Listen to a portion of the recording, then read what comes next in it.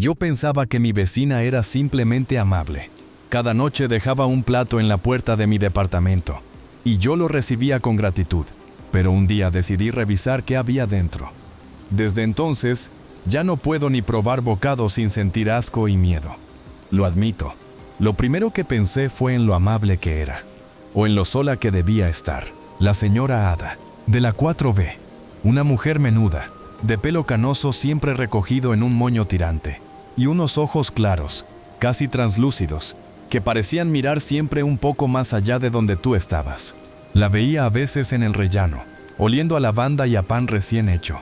Me saludaba con una inclinación de cabeza, un gesto seco, nada efusivo. Vivimos en este edificio antiguo, de esos con paredes gruesas, pero tuberías que cantan como ánimas en pena. Los pisos son grandes, oscuros. El mío, el 4D, da un patio de luces que apenas recibe sol. Siempre hay un run run de humedad, un olor a tierra húmeda y madera vieja que se te mete en la ropa. Todo empezó un martes, o un miércoles, ya no recuerdo bien. Llegaba tarde del trabajo, siempre tarde. Mi vida era una rutina gris.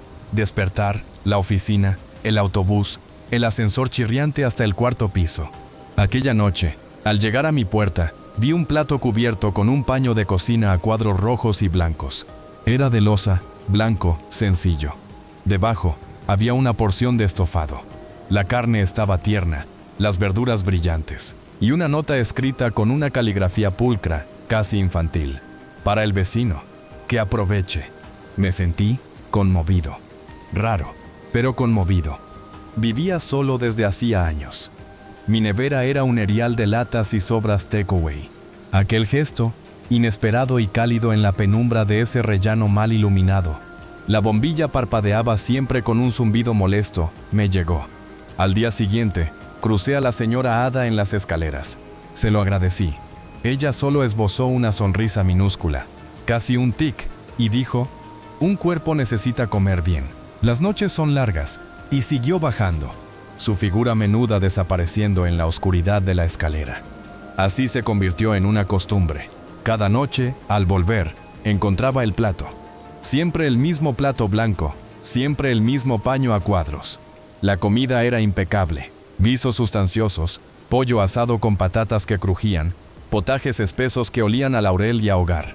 Yo, como un idiota, me sentaba en mi salón, con solo la luz de la lámpara de pie proyectando sombras alargadas por las paredes desconchadas, y devoraba aquella comida. Era el mejor momento del día, el único que tenía algún sabor a algo real. Pero con el tiempo, pequeños detalles empezaron a filtrarse, cosas que mi mente, empeñada en la comodidad, se negaba a procesar. La nota, por ejemplo, siempre decía lo mismo, exactamente lo mismo. Para el vecino, que aproveche. La caligrafía era idéntica cada vez como fotocopiada. No había una variación, un trazo más fuerte o más débil, y la comida siempre estaba a la temperatura perfecta. Ni demasiado caliente para quemarte, ni fría, como si la hubieran calculado al minuto mi hora de llegada. Yo era irregular, a veces llegaba a las 8, otras a las 9:30, pero el plato siempre estaba allí, templado. Una noche, me quedé despierto más tarde de lo habitual, trabajando en un informe frente al ordenador. El silencio del edificio era absoluto. Solo el zumbido de la nevera, y de vez en cuando, el crujido de la madera del parqué. De repente, sobre las 11:30, oí un ruido, un clic metálico suave. Era la cerradura de la puerta de al lado, la 4B. Me acerqué a la mirilla. La visión era deformada, como un ojo de pez, pero vi a la señora Ada salir. Iba en bata, con unas zapatillas de felpa. En sus manos, no llevaba el plato. Llevaba una bolsa de basura negra, pequeña. La vi dirigirse hacia la puerta que da a la escalera de incendios, al final del pasillo. La abrió y desapareció. Bajaba la basura a esas horas. ¿Por qué? La recogía por la mañana. Me quedé allí, pegado a la puerta, escuchando. No oí sus pasos bajar por las escaleras de metal. Solo un silencio denso, que se prolongó durante unos minutos. Luego, el mismo clic metálico cuando volvió a entrar en su piso. Aquella noche, por primera vez, la comida que me había dejado, un arroz con leche espolvoreado con canela, me supo a nada, a ceniza. Al día siguiente la observé con más atención. La encontré fregando el rellano, como solía hacer. Sus manos, enjutas y de venas marcadas, restregaban el azulejo con una intensidad que me pareció excesiva, casi furiosa. Me miró al pasar. Sus ojos claros me atravesaron. ¿Durmió bien, vecino? La pregunta era rutinaria, pero su tono era plano, sin curvas, como si leyera un guión. Asentí con la cabeza y me encerré en mi casa. El ambiente en el pasillo se había vuelto pesado, cargado. El olor a lavanda de repente me recordó a esos ambientadores que se ponen en las habitaciones de hotel para disimular otros olores. La gota que colmó el vaso fue el fin de siguiente, sábado por la mañana. Salí a comprar el periódico y al volver, me encontré con el cartero en el portal. Iba a subir un paquete certificado para la 4B. La señora Ada nunca abre, me dijo, resignado. Siempre tengo que dejar el aviso. Le dije que se lo subía yo. No sé por qué lo hice. Quizá para devolverle un favor, para romper la extraña dinámica. Quizá por una curiosidad malsana que empezaba a crecer dentro de mí como una enredadera venenosa. Subí y llamé a su puerta. 2 toques. Nada. El silencio era absoluto. Volví a llamar, más fuerte. Entonces noté algo. La puerta no estaba bien cerrada. El pestillo no había llegado a encajar del todo. Con un leve empujón de mi dedo, se dio 1 centímetro. Una rendija oscura. Y de allí salió un olor. No era lavanda. No era a comida. Era un olor dulzón, penetrante, mezclado con algo ácido, como a vinagre fuerte. Un olor a podrido disimulado. Me dio un vuelco el corazón. Retrocedí de un salto, como si me hubiera quemado. Dejé el paquete en el suelo y me metí en mi piso, cerrándome con llave. Me apoyé en la puerta, respirando con dificultad. ¿Qué diablos olía así? Esa tarde, no pude concentrarme en nada. El olor se me había pegado en las fosas nasales. Cada vez que respiraba lo sentía. Esa noche, cuando volví de dar un largo paseo para calmar los nervios, el plato de comida estaba allí, como siempre. Pero ya no me pareció un gesto de amabilidad. Era una obligación, una trampa. Me lo llevé a casa y lo dejé en la encimera de la cocina, sin destaparlo. La nota era la de siempre. La miré fijamente. Para el vecino, que aproveche. Esas palabras me parecieron de repente una burla siniestra. ¿Aprovechar qué? No pude dormir. Me pasé la noche dando vueltas en la cama, escuchando los ruidos del edificio. Cada crujido me hacía saltar. A las 3 de la mañana, oí el clic metálico de la puerta de al lado. Me levanté y me acerqué a la mirilla. La vi salir, de nuevo con una bolsa negra. Pero esta vez, no se fue hacia la escalera de incendios. Se acercó a mi puerta. Se quedó allí, inmóvil, durante un minuto interminable. No podía verle la cara desde mi ángulo, solo su figura en bata, recortada contra la tenue luz del pasillo. Parecía estar olfateando el aire, como un animal. Luego, se giró y efectivamente se dirigió a la puerta de incendios. La abrió y de nuevo, no oí sus pasos bajar, solo el chirrido de los goznes al cerrarse. Fue entonces cuando supe que tenía que mirar. Tenía que saber qué había en ese plato. No era paranoia, era instinto de supervivencia. Algo estaba profundamente mal, muy mal. La mañana siguiente era domingo. Un domingo gris, lluvioso. Las gotas repiqueteaban contra el cristal de mi ventana que da al patio de luces, un sonido triste y monótono. El edificio estaba en un silencio sepulcral. Me levanté. Me preparé un café que no me supo a nada y me quedé mirando el plato que había quedado en la encimera desde la noche anterior. El paño a cuadros lo cubría como una lápida. Con manos que me temblaban ligeramente, lo acerqué al fregadero. La luz de la cocina era mala, amarillenta. Respiré hondo. El olor a café no lograba enmascarar el recuerdo del olor de la puerta de la señora Ada. Agarré el paño. La tela estaba áspera. La retiré. El plato contenía lo que parecía un guiso de albóndigas en salsa. Las albóndigas eran redondas, perfectas, bañadas en un caldo rojizo espeso. Olía a tomate, a ajo, a hierbas provenzales. Olía bien, demasiado bien. Pero algo en la textura de la carne me pareció extraña. No era uniforme. Tenía unas vetas más oscuras, unas fibras que no se parecían a la carne de cerdo o de ternera que yo conocía. Me acerqué más. La luz dio de lleno en una de las albóndigas que estaba partida por la mitad, al servirla. Y lo vi. Incrustado en la carne, semidigerido por la cocción pero aún reconocible, había un trozo de uña. Una uña humana, pequeña, con un resto de esmalte de color rosa descascarillado. No era una uña de la mano, era una uña del dedo gordo del pie. El mundo se detuvo. El repiqueteo de la lluvia se desvaneció. Solo existía esa uña, pálida y obscena, incrustada en la carne anónima del guiso. Un zumbido agudo llenó mis oídos. La sangre se heló en mis venas. Sentí una arcada violenta y me agarré al borde de la encimera para no caerme. El asco fue físico. Un puñetazo en el estómago que me hizo segregar saliva ácida. ¿Qué era esto? ¿Qué me había estado dando de comer todos estos meses? La revelación fue escalonándose, como una losa que se fuera partiendo en 1000 pedazos que me golpeaban uno tras otro. Las notas idénticas, la temperatura siempre perfecta, las bolsas de basura a altas horas de la madrugada, el olor de su apartamento. La señora Ada nunca abría la puerta. La señora Ada bajaba la basuela de noche, por la escalera de incendios, sin hacer ruido. La señora Ada se paraba frente a mi puerta a olfatear. No estaba siendo amable. Estaba criando ganado. Estaba gestionando despacho. El terror que me invadió no fue el susto de una película. Fue una comprensión glacial, absoluta, que se instaló en mis huesos. Me había estado alimentando con lo que fuera que ella encontrara, o con quien fuera. Los otros vecinos que habían desaparecido sin que yo le diera importancia. El estudiante de la 3A que se mudó abruptamente. La anciana de la 2C que, según dijo el administrador, se fue a vivir con su hija. ¿Se fueron o se convirtieron en parte del ciclo? ¿En parte de los guisos que yo devoraba con gratitud? Corrí al baño y vomité hasta no tener nada dentro. Escupí bilis, con lágrimas en los ojos, la imagen de la uña rosa grabada a fuego en mi retina. Me lavé la boca una y otra vez, restregándome los dientes con el cepillo hasta que las encías sangraron. Pero el sabor, un regusto metálico y nauseabundo, persistía. Ya no estaba solo en la boca, estaba en mí. Se había integrado en mi carne, en mi sangre. Miré mi reflejo en el espejo empañado del baño. Estaba pálido, los ojos inyectados en sangre.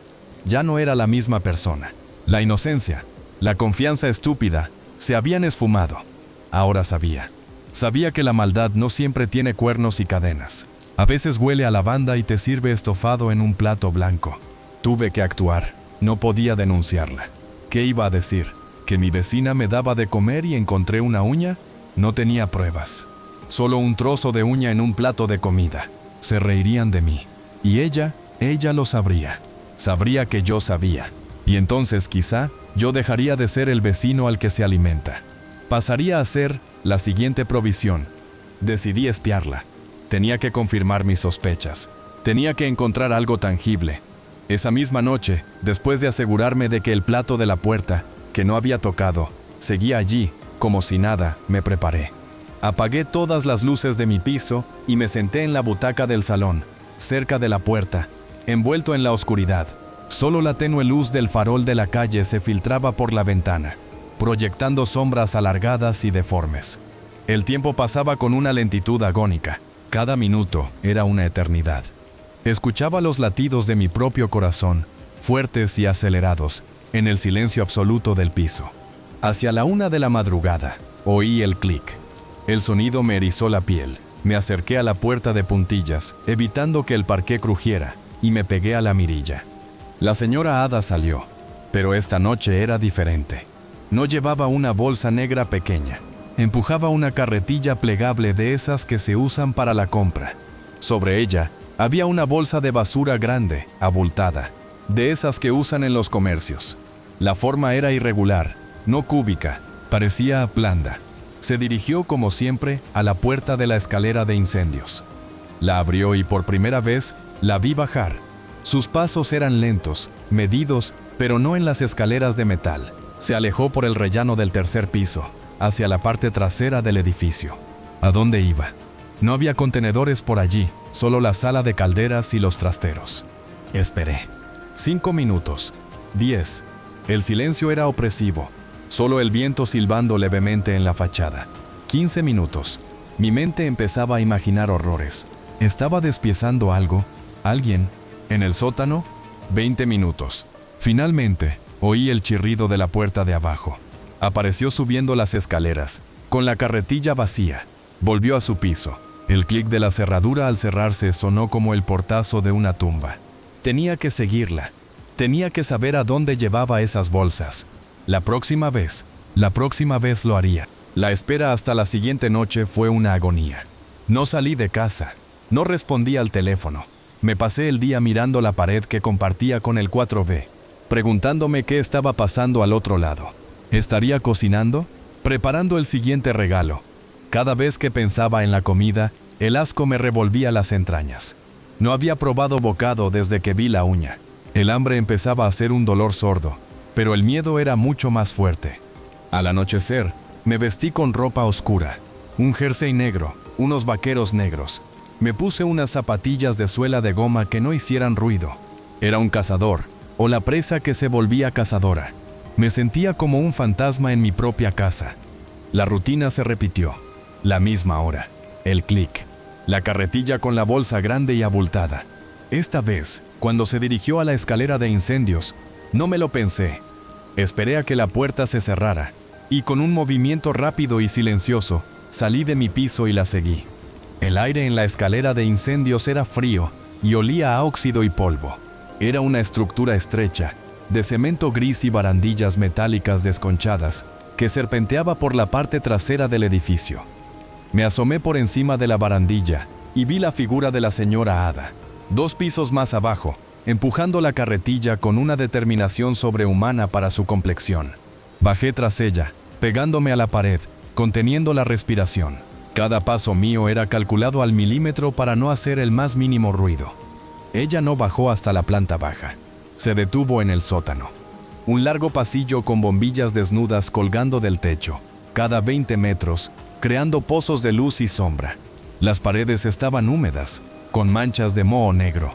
Se dirigió hacia el fondo, hacia la sala de calderas. De un bolsillo de su bata sacó un llavero con varias llaves antiguas. Abrió una puerta metálica, verde y oxidada, que yo siempre había creído que era el acceso a la caldera.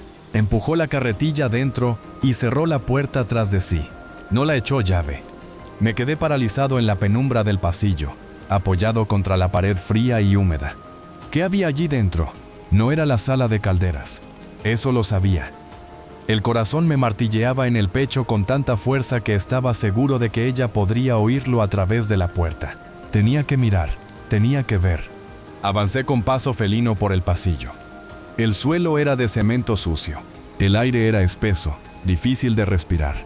Un olor familiar empezó a impregnarse, cada vez más intenso conforme me acercaba a la puerta verde. El mismo olor dulzón y ácido que había percibido en la rendija de su puerta. Pero aquí era abrumador. Era el olor de la fuente. Llegué a la puerta. Puse la mano en el pomo, metálico y frío. Respiré hondo, llenando mis pulmones de aquel aire nauseabundo.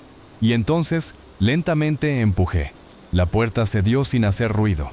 Lo que vi dentro me heló la sangre. No era una sala. Era una cámara frigorífica improvisada. No por el frío, porque la temperatura era normal, sino por su función. La luz era tenue, proveniente de una única bombilla roja, como las que se usan en los cuartos de revelado fotográfico. Las paredes estaban forradas con estanterías metálicas, de esas de almacén. Y en esas estanterías había frascos. Docenas, cientos, frascos de cristal grandes, de boca ancha, como los de conservas caseras. Pero no contenían tomates o pimientos. Contenían trozos de carne, de órganos, manojos de lo que parecían hierbas, pero que, al fijarme mejor, eran mechones de pelo de diferentes colores. En un tarro, flotando en un líquido amarillento, había un ojo humano, abierto, mirándome fijamente con su iris azul pálido. En otro, varios dedos, cortados por la articulación, con las uñas intactas. Reconocí el esmalte rosa descascarillado. En el centro de la habitación, la señora Ada estaba de espaldas a mí. Había vaciado la bolsa grande sobre una mesa de acero inoxidable, como las de las carnicerías. Sobre la mesa yacía un cuerpo. No era un cuerpo entero, era un torso sin extremidades, sin cabeza. La piel era pálida, cerosa. La señora Ada, con un delantal de plástico manchado de marrón, sostenía un cuchillo de carnicero largo y afilado. Lo estaba despiezando con una precisión mecánica, separando la carne del hueso. El sonido del acero raspando contra la costilla era seco, crujiente. Un sonido que nunca olvidaré. Me dio otra arcada, pero me tapé la boca con fuerza, ahogándola. El sonido, sin embargo, fue suficiente. La señora Ada se detuvo. No se giró de inmediato, se quedó quieta, el cuchillo en alto. Luego, lentamente, como un personaje de pesadilla, volvió la cabeza hacia mí. Sus ojos claros bajo la luz roja brillaban con una intensidad sobrenatural. No pareció sorprendida, no pareció enfadada, solo interesada, como si hubiera estado esperando este momento. «Vecino», dijo su voz, serena, plana, cortando la penumbra cargada de olores. «¿Has venido a buscar la cena?»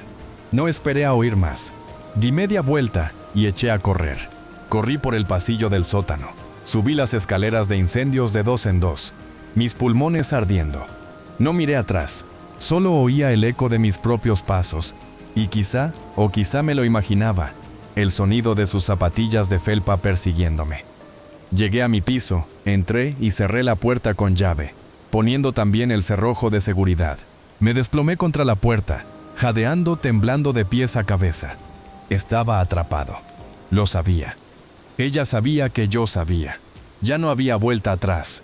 Esa noche no durmió.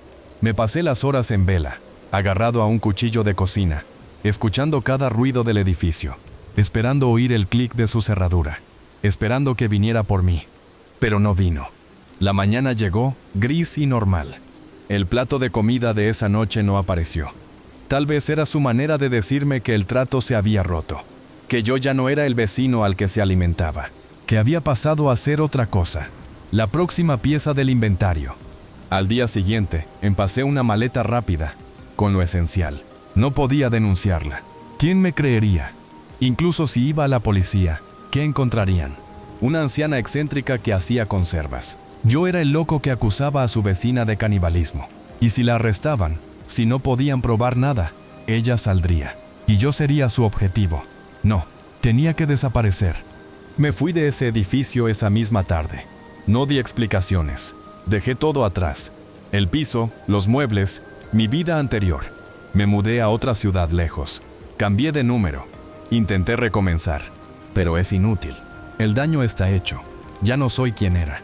Cada vez que como algo, cualquier cosa, mi mente reconstruye la imagen de aquella habitación iluminada con luz roja, de los tarros, del torso sobre la mesa, de la uña rosa en mi comida.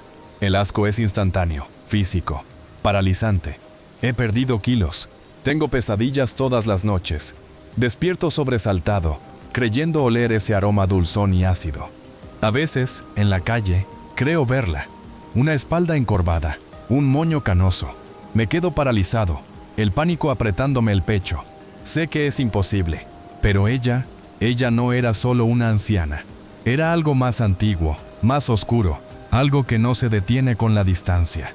Y lo peor, lo que realmente me carcome por dentro, no es solo el horror de lo que vi. Es el recuerdo del sabor, de aquellos guisos, aquellos estofados que tanto disfruté, los mejores que he probado en mi vida. Ese conocimiento envenena todo. Me convierte en cómplice, en parte de ello. Por eso estoy aquí, contando esto. No espero que me crean. Solo necesito sacármelo de dentro.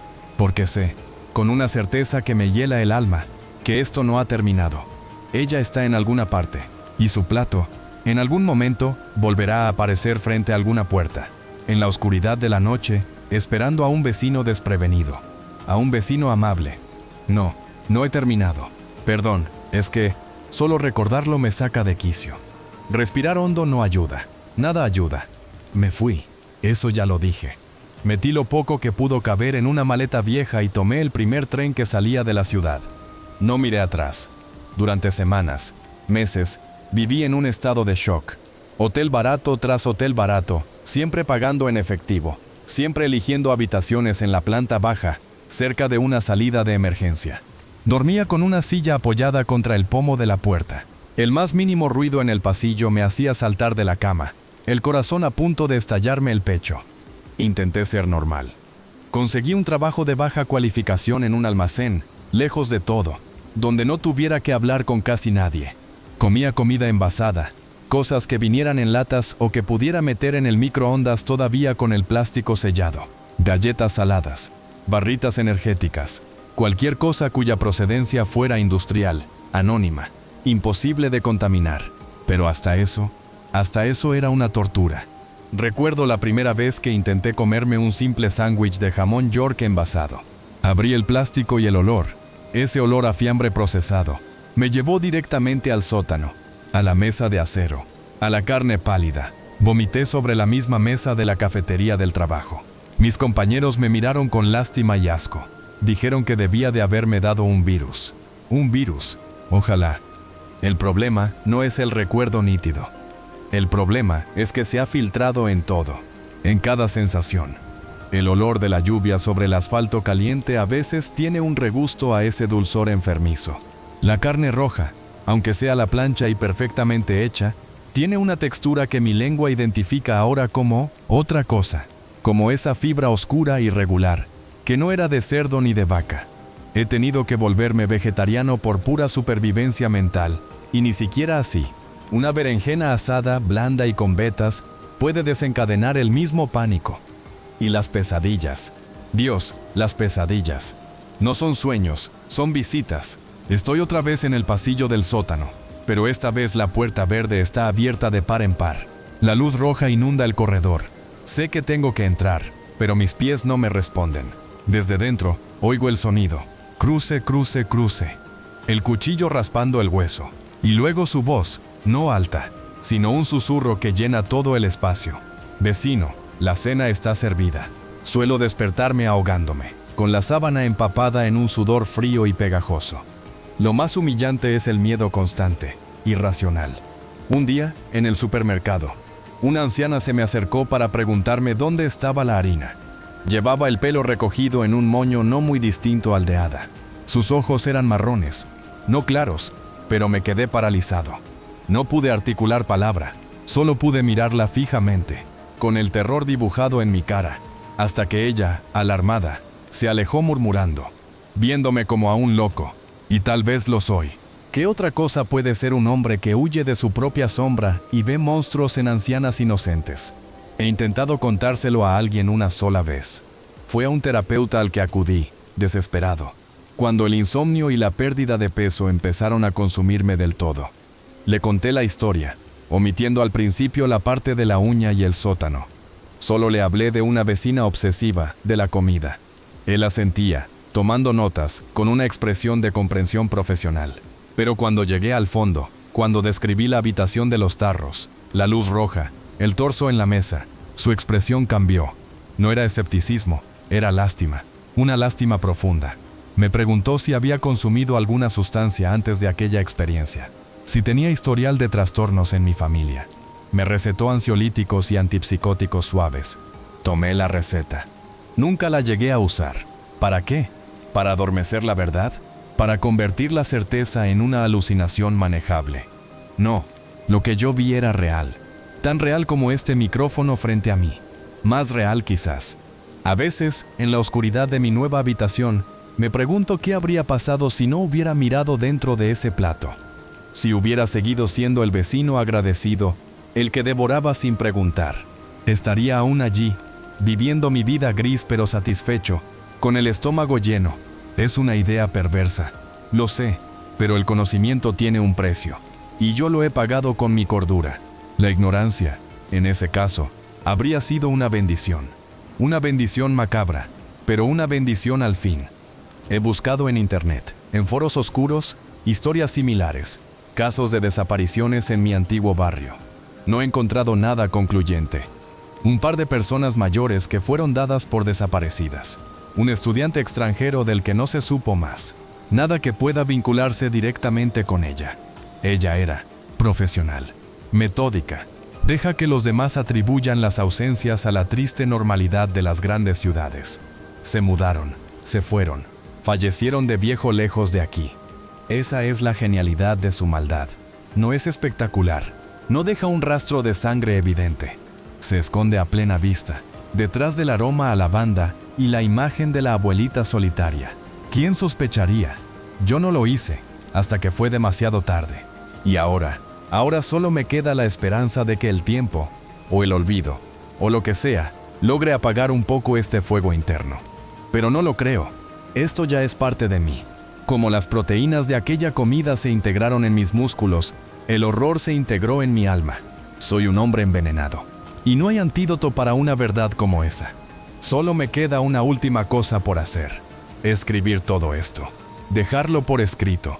Grabarlo. Tal vez esconderlo en algún lugar.